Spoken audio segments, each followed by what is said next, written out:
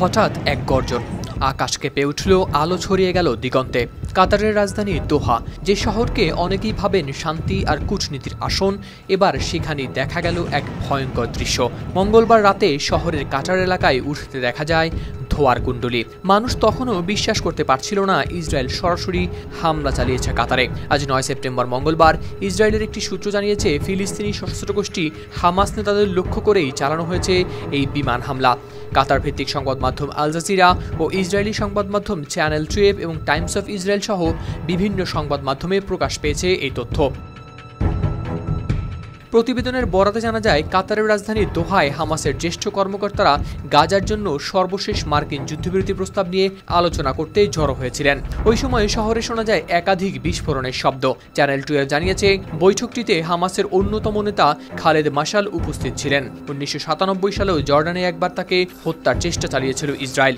সংবাদ মাধ্যম Al Jazeera জানিয়েছে, এই বৈঠকে যুক্তরাষ্ট্রের দেয়া সর্বশেষ যুদ্ধবিরতির প্রস্তাব নিয়ে আলোচনা করার কথা ছিল হামাস নেতৃবৃন্দের। কিন্তু বিস্ফোরণের শব্দে আতঙ্কে ছুটোছুটি শুরু হয়, আর কাটার অঞ্চলে দেখা যায় আগুনের লেলিহান শিখা। ইসরায়েলি প্রতিরক্ষা বাহিনী আইডিএফ হামলার তথ্য নিশ্চিত করে দিয়েছে বিবৃতি, তবে তারা কাতারের নাম উল্লেখ করেনি।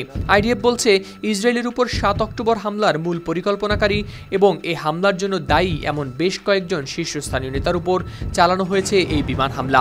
এইসব নেতা বেশ কয়েক বছর ধরেই সন্ত্রাসী কর্মকাণ্ডের সঙ্গে জড়িত ছিলেন এবং ইসরায়েলের বিরুদ্ধে চলমান যুদ্ধের নেতৃত্ব দিয়ে আসছিলেন।